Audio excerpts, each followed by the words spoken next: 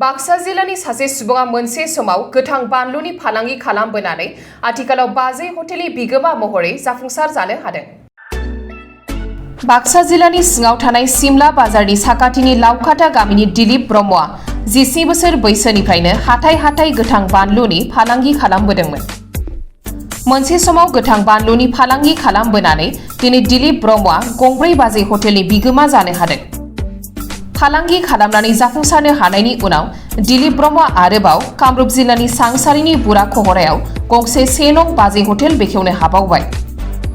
दिलीप ब्रह्मआ गोब्राब नाजानायनि उनाव गावनि सिमांखौ दिनै बे 1 नं बाजै हटेल मुंनि हटेलखौ मोगथाङाव जाफुंहोनो हानायखौ लानानै बिथां दिलीप ब्रह्मआ गावखौनो जोबोद गोजोननाय फोरमायो। मख'नो गोनांदि दिलीप ब्रह्मआ गावनि बे 1 नं बाजै हटेलाव हारि बासिया लाबासेनो बे 1 नं बाजै हटेलाव गासै 95 सुबुंफोरा खामानियाव नांथाबनानै दङ। न' सिङावनो थायालासेनो गोब्राबै नाजानानै गावनि सिमांखौ जाफुंसार होनो हायो होननानै जाखांफुनाय लाइमोन सेंग्रा सिख्लाफोरखौ थांखिनानै बिथाङा फोरमायो। येस, नोंगौ बाथ्राया सैथो।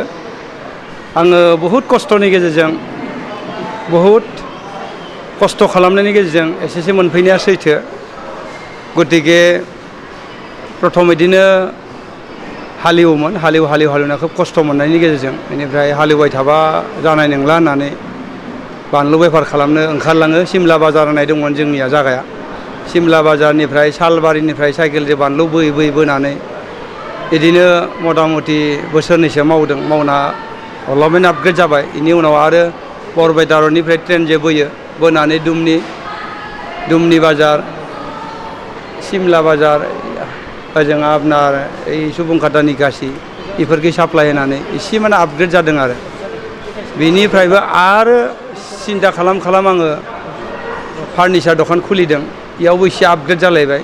बेनिफ्रायबो आरो खुबसेयाव आग बारायबावनो ओरै होननानै ओमफ्राय हटेल बिजनेस खालामनो आङो पाठशाला टाउनाव ओंखारबोदों।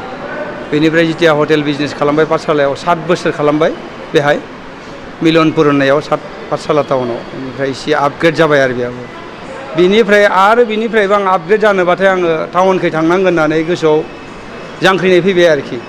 ओमफ्राय आरो गुवाहाटियाव फैबाय आं सानसारियाव जागा नायनानै बेयाव आपग्रेड जाबाय। बे हटेला दाबो दङ, बेयावबो 7 बोसोर जाबाय। बिनिफ्रायबो आरो आपग्रेड जाबावनांगोन होननानै नै दिनै इसे 5 किल'मिटार दुरा कहरा होनना बुङो बेखौ, नैबे दा हटेला दाखालि अपेनिं खालामनाया 1 नम्बर बाजैखौनो होदों आं इयावबो, 1 नम्बर बाजै हटेल। बिदि आरो निजा हा, निजा न' जाबाय आरो बे मोनसे निजेनि आंनि गोग्गाथावना आरो। बेखायनो दायोहाय आङो बर्थमान ओरैबायदि खालामदो थलुआ। प्रथम ना बेदराथ' थाखाबाय, ओंखाम थाबाय। ओमफ्राय ना बेदरनि जाहोनाव ओरैबायदि लाखिदो जेरै हांसो बेदर, बोरमा बेदर, फारौ बेदर, बेनिफ्राय खुसिया ना, हल ना, बारलि ना होनना बुङो।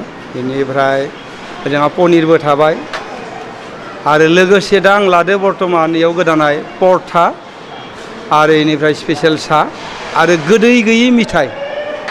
जेरै गोदै गैयि मिथाइ, गाइखेरनि पियर बानायनाय गोदै गैयि, कालार गैया, खुनु आटा मैदा मिक्सार गैया, सिनि गैया, बेफोरबायदि आं मिथाइ बानायदो दा। नोंथांमोना नुगोन इयावनो, नोंथांमोनथ' जाहोबायानो बिदि आरो। गतिके आरो रायजोखौबो जाहोनायनि थाखाय आं बिदि आयजन खालामदों। गतिके जानानै अखम बाखिया मोजां मोनथो बे बुस्थुखौ आङो बेफोरबायदि आग बारायदों आरो। मिन जोनोम गामिया जाबाय बाक्सा, ओरैनो सिमला बाजारनिफ्राय लावखाथा होनना बुङो, लावखाथा होनना बुङो, लावखाथायाव आरो।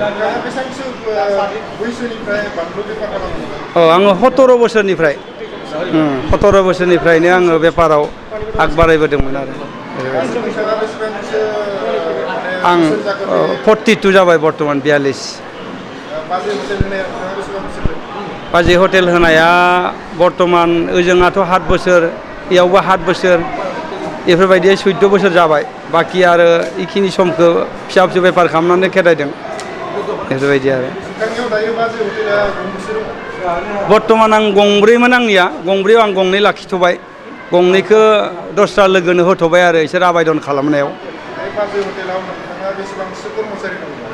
दा बर्थमान जितु आंनि गंनैयाव मोनसेयाव 35 जन दं नैबेयाव बर्तमान दा 60 जन दङ आरो इयाव आङो 50 जनसो लाबावनायनि आयजन दं 2-3 माहनि गेजेराव माखासे कर्मचारि बेवहाय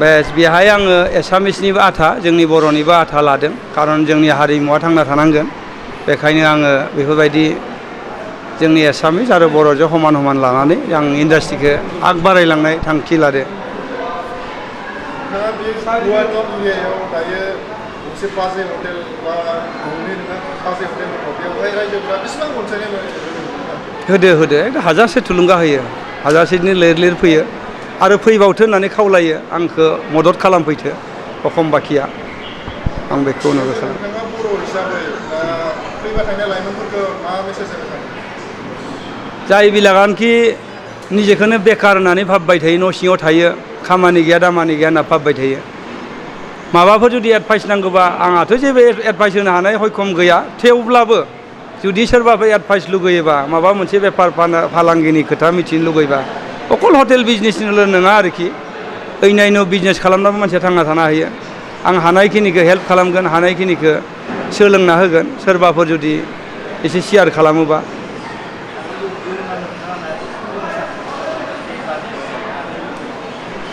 इफोरबायदिया जुदि सोरबाफोर जुदि इन्टारेस्ट दङब्ला अलप गुबुन जायगायाव मोजां सेन्टार प्लेसाव आं हेल्प खालामना होगोन बेहाय किसुमान बुंनो हायि रोंगौथि थायो बेफोरखौ आङो नोंथांमोननो शेयार खालामनो हानाय नङा किसुमान माबा मोनसे बिजनेस मावनांगौबा मोनसे भगबाननिबो श्रद्धा नांगोन आरो लोगोसे मानसिनिबो अननाय बेफोरबायदि माबा मोनसे किसुमान बुंथावनो हाया बेखौ जाय मानसिया मावगोन बिथांजों शेयार खालामनांगोन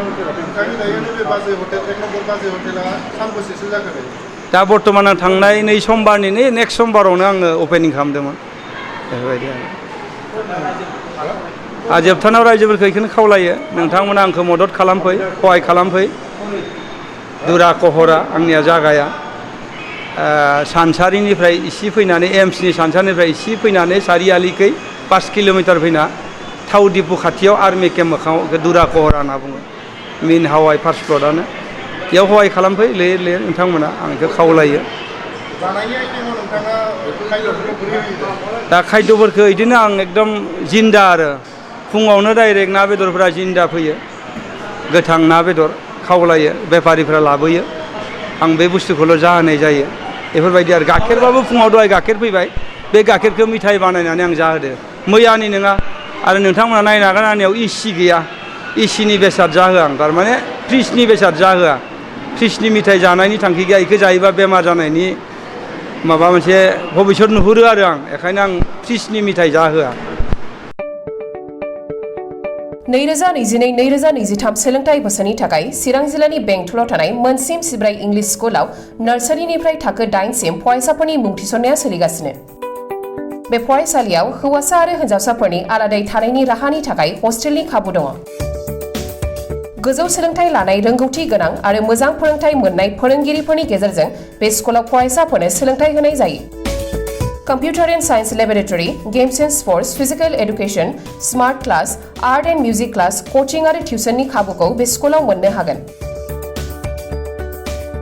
गोग्गो आरो गुन गोनां सोलोंथाइ मोनहोनायनि थाखाय मोनसिम सिब्राय इंलिश स्कुलाव मुं थिसननायनि खाबुखौ लादो आबुङै मिथिनो थाखाय 99548 52542 94357 59226 आरो 60018 99387 मबाइल नाम्बाराव फोनांजाब खालामनो हागोन